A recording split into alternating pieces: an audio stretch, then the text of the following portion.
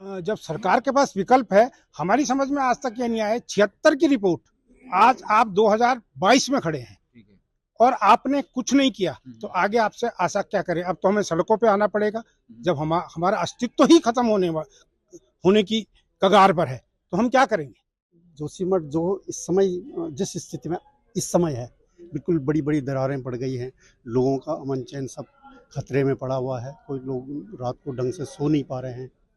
तो इस समय हमारी जो है बाकी चीज़ों को छोड़ करके इस समय सबसे पहले ये है कि ये लोगों को आने वाले जो स्थिति है, भयावह स्थिति दिख रही है, उससे निजात दिलाने के लिए तुरंत कुछ न कुछ कार्रवाई तो सरकार को करनी ही पड़ेगी।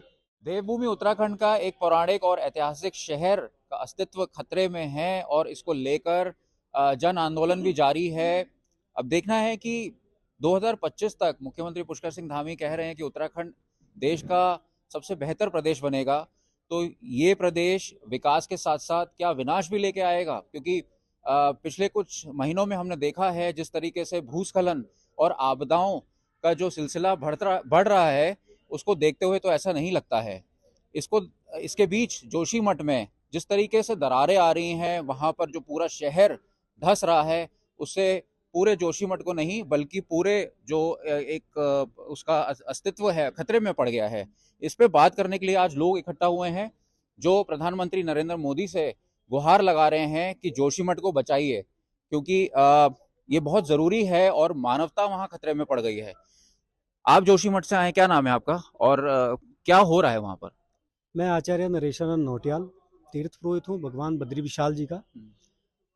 विगत 5-6 वर्षों से जोशीमठ में जो भूधसाओं की स्थिति बनी हुई है, उससे पूरा जो वहाँ का तीर्थाटन है और वहाँ का जो जनमानस है, वो बहुत त्रस्तता में है। वहाँ के जितने भी बड़े बड़े भवन इत्यादि हैं और यहाँ तक कि आर्मी की जो छावनी है, आईटीबीपी का जो छावनी है, उनमें भी भवनों में बड़ी बड़ी दरारें आ चुकी हैं। वहाँ के लगभग 500 मकान इस खतरे की जद में है कि वो किसी दिन भी धराशायी हो सकते हैं। इससे कितना बड़ा वहाँ पर जनहानि होगी, अगर कतिपय 2 फरवरी 7 फरवरी 2021 की स्थिति में अगर कोई ऐसी परिस्थिति बन जाती है, तो वहां पे से अब भागने की भी स्थिति लोगों के पास नहीं रहेगी। आपने देखा होगा कि फरवरी 2021 को क्या स्थिति वहां पे विनाश की बनी थी। वो कहते हैं कि एक ग्लेशियर के टूटने से वो स्थिति बनी है, और जो मिश्रा आयोग कमेटी की रिपोर्ट है, वो भी ऐसे ही एक ग्लेशियर पे जोशीमठ का अस्तित्व है। जोशीमठ का अस्तित्व यदि ग्लेशियर के ऊपर है और उसके नीचे से आप सुरंग बना देंगे, रोड बना देंगे, टनल बना देंगे, तो फिर उसकी स्थिति क्या रहेगी? ये वैज्ञानिकों ने पूर्व में इस बात में संदर्भित किया है। आज मैं माननीय प्रधानमंत्री मोदी जी से गुजारिश और उनसे ये निवेदन करता हूं कि आप भगवान बद्री विशाल के अनन्य भक्तता में कहते हैं कि मैं भगवान बद्री विशाल का भक्त हूं, तो भगवान बद्री विशाल का जो प्रथम भक्त है वो भक्त प्रहलाद है। उनकी भूमि नरसिंह की भूमि ज्योतिर्मठ में है, और ज्योतिर्मठ की जो भूमि है वो भक्त प्रहलाद के रूप में बिना दर्शन किए हुए वो भगवान बद्री विशाल के दर्शन कर ही नहीं सकता है। अगर आप भगवान बद्री विशाल के दर्शन करने से पूर्व भक्तता में नहीं जाएंगे, तो फिर उस ज्योतिर्मठ का जो ज्ञानमयी तपस्थली है भगवान शंकराचार्य जी की है, जिन्होंने हिंदू धर्म की रक्षा के लिए चारों स्थानों पे अपने अनुयायियों के साथ एक मठ की स्थापना की थी। उस मठ की आज ये स्थिति हो गई कि उसके नीचे पूरी दरार धसाव पड़ गया है। औली जो पर्यटन स्थल के रूप में इतना विख्यात है, वहां पे भगवान हनुमान जी का साक्षात जो संजीवनी शिखर के रूप में वहां पे प्रसिद्ध है, उसके दर्शन के लिए भी लोग वहां पे जाते हैं। और वहां की ये भी मान्यता है कि अगर उस संजीवनी शिखर पे रह करके कुछ दिन लोग विश्राम करके भगवान हनुमान जी का स्मरण करें, तो नासे रोग हरे सब पीरा। और वो वहां की जो परंपराओं में है, क्योंकि वहां पे नासे रोग हरे सब पीरा, वहां रह करके अगर भगवान जी का नित्य स्मरण किया जाए तो वो नाश रोग का भी नाश करता है, इसलिए उसको संजीवनी पर्वत से बात करते हैं। जिस तरीके से बता रहे थे कि जो जमीन वहां पे धस रही है और भगवान बद्री विशाल के साथ किस तरीके से उस जगह का जुड़ाव है, पौराणिक महत्वता है, अगर वहां पे तबाही आती है तो हिंदू धर्म के लिए भी बहुत हानि होगी। देखिए, भूकंप जोन 5 में जोशीमठ का जो हमारा पर्वतीय क्षेत्र है वो पूरा क्षेत्र उसमें आता है, और पर्यावरण की दृष्टि से भी अगर आप वहाँ ज़्यादा छेड़छाड़ करोगे तो उसके निश्चित रूप से उसका जो अस्तित्व खतरे में आएगा। हम ये मानते हैं कि जो सरकार का दृष्टिकोण होगा कि अधिक से अधिक यात्री वहाँ जाएं, तीर्थाटन हो और वहाँ के स्थानीय लोगों को रोजगार मिले। लेकिन रोजगार इससे नहीं मिलेगा। वहाँ पर आज स्थिति है कि लोग वहाँ रुकना नहीं चाहते हैं। पलायन की स्थिति बनी हुई है। एक तरफ से सरकार ने पलायन आयोग बना रखा है कि पहाड़ों में लोग रुकें, कैसे करके वहाँ लोगों को रोजगार मिले। लेकिन इनका जो रोजगार देने का तरीका है कि वहाँ पर सड़कों का ऑल वेदर रोड बना दिए। आप ये चाहते हैं कि बद्रीनाथ तक ट्रेन चले जाए, लेकिन क्योंकि अगर आपने पहाड़ को जिस तरह से आप पहाड़ का दोहन करेंगे, ऊपर से चार धाम रोड के लिए ऑल वेदर रोड के लिए खोद दिया गया है, नीचे से अगर आप ट्रेन के लिए खोदेंगे तो पहाड़ का जो अस्तित्व, पहाड़ इतना मजबूत पहाड़ नहीं, कच्चे पहाड़ है। अभी कितना बड़ा क्षेत्र है ये पूरा, और जो धस रहा है ऋषिकेश से और आप बद्रीनाथ तक, उससे भी आगे ये स्थिति बनी हुई है।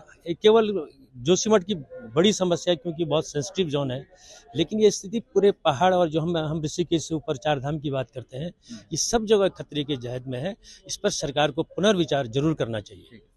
और अब आगे बात करते हैं। आपका नाम, शुभ नाम? हरीश डिमरी। डिमरी जी, क्या विकल्प है अभी सरकार के आगे? जिस तरह की समस्या उत्पन्न हो गई है, ये तो बहुत बड़ी समस्या है और लगातार इसमें पहले भी जन आंदोलन हुए हैं, अभी भी जन आंदोलन जारी है, आज भी आंदोलन हो रहा है। आप लोग यहाँ देहरादून में हैं, तो क्या कर सकती है सरकार? देखिए, विकल्प तो जनता ने सरकार को पहले भी दिया है। 76 की मिश्रा आयोग की रिपोर्ट के बाद जब ये कहा गया कि जोशीमठ एक ग्लेशियर के मलबे के ऊपर टिका हुआ है, फिर भी उसके नीचे जो पहाड़ है उसको खोद करके आप बाईपास बनाना चाहते हैं।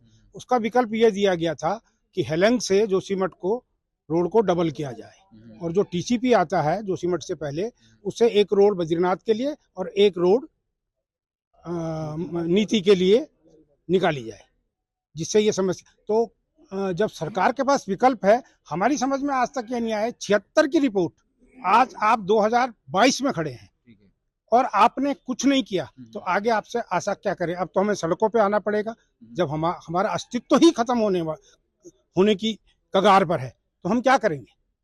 एक तरफ आप कहते हैं तीर्थाटन को बढ़ावा दीजिए और उसी तर्ज में आप एक नरसिंह भूमि है उसको तबाह करने के लिए जमीन तैयार कर रहे हैं। आपकी क्या जिद है कि आपको बाईपास बनाना ही बनाना है? उसके अलावा एनटीपीसी की जो टनल है, उसकी एक मशीन कई सालों से अंदर फंसी हुई है, उसका कोई निकालने का या कोई उसका प्रबंध करने का कुछ नहीं। एनटीपीसी ने जो भी आश्वासन वहां पर दिया, जो भी उनकी पॉलिसी है पुनर्वास की, उस धरातल पर 1% भी लागू नहीं। कितने समय से ऐसी स्थिति बनी हुई है? ये तो आप ये लगा लीजिए कि कम से कम 15-20 साल से ये स्थिति चल रही है वहाँ। और जो विकल्प आपको दे रहे, देखिए खंडूड़ी जी के टाइम पे विकल्प दिया गया आपको, तो खंडूड़ी जी यहाँ के मुख्यमंत्री थे, आपको विकल्प दे दिया गया। उसके बावजूद भी आप उस बाईपास पे इतना क्यों अड़े हुए हैं कि हमने इसको बाईपास को बनाना, जबकि मेन जड़ में वही है। आगे बात करते हैं। सर, आपका क्या नाम है? मैं माधव प्रताप सेमवाल। सेमल जी, 1976 में रिपोर्ट आई थी, मिश्रा कमेटी की रिपोर्ट थी, उसमें भी कहा गया था कि अगर पेड़ों का कटान इस तरीके से होगा जिसकी वजह से भूस्खलन बढ़ रहा है, उसके बाद से जोशीमठ में समस्या आने लग गई और अभी तक कोई ठोस कार्रवाई नहीं हुई है। तो किस तरीके से देख रहे हैं? ये सन 1975 से पूर्व से ही, बहुत पहले से ही ये भू धसाव जोशीमठ में आ रहा है। 1970, 71, 72, 73, 74, 75 में ये भू धसाव हो रहा था, हमने देखा है उस समय भी। तो इसके लिए तत्कालीन सरकार ने उस समय एक मिश्रा आयोग का गठन किया था। माननीय महेश चंद्र मिश्रा जी गढ़वाल कमिश्नर थे, उनकी देखरेख में भूवैज्ञानिकों का एक बड़ा सा गठन किया गया था। उन्होंने अपनी रिपोर्ट में बताया था उस समय कि जोशीमठ कई हजार वर्ष पहले एक ग्लेशियर के रूप में आया और इसकी फाउंडेशन ग्लेशियर पे ही टिकी हुई थी। उसमें बड़े बड़े बोल्डर हैं, रेत है और बर्फ की परतें थी। बर्फ की परतें पिघल चुकी हैं, समय के साथ साथ बर्फ की परतें पिघली, उसके बाद वो जगह खाली हुई, शून्य हुई। तब से ये जोन 5 में घोषित हुआ है जोशीमठ का इलाका। उन्होंने उस समय इसके उपचार के लिए जो कमेटी गठित की थी, उसने इसके उपचार के लिए अपनी सहमति, अपने विचार और अपने वो संतुष्टि दी थी। तब से इस पे काम जो होना चाहिए था 1975 से अभी तक कुछ काम नहीं हुआ। जो आज हो रहा है ये 1975 में भी हो रहा था। ठीक है सर, आपका नाम और? सिंह कुमार। पवार जी, 1975 से अभी तक कुछ इसमें कार्य नहीं किया गया है। जोशीमठ को बचाने का क्या तरीका है? अभी इतना रिहायशी इलाका वहाँ भर चुका है, लोगों का जो जीवन है वो खतरे में है, तो कैसे बचेगा जोशीमठ? अब बचाने के लिए तो हम लोग तो सरकार से, केंद्र सरकार से, राज्य सरकार से, जो भी संस्थाएं हैं जो उससे रिलेटेड हैं, उनसे गुहारी लगा सकते हैं, है ना। और ये लगाते आ रहे हैं बहुत समय से। लेकिन इस समय फिर जोशीमठ जो इस समय जिस स्थिति में इस समय है, बिल्कुल बड़ी बड़ी दरारें पड़ गई हैं, लोगों का अमन चैन सब खतरे में पड़ा हुआ है, कोई लोग रात को ढंग से सो नहीं पा रहे हैं। तो इस समय हमारी जो है बाकी चीज़ों को छोड़ करके इस समय सबसे पहले ये है कि ये लोगों को आने वाले जो स्थिति है, भयावह स्थिति दिख रही है, उससे निजात दिलाने के लिए तुरंत कुछ न कुछ कार्रवाई तो सरकार को करनी ही पड़ेगी, क्योंकि लोगों से जुड़ा हुआ प्रश्न है ये। ठीक है, उसके बाद जो है पर्यटन है, तीर्थाटन है, ये है वो है। अगर लोग बचेंगे तो बाकी चीज़ों के लिए काम तब हो सकता है, लेकिन पहले वर्तमान में सबसे बड़ी प्रायोरिटी ये है कि इन लोगों की बचाने की व्यवस्था की जाए।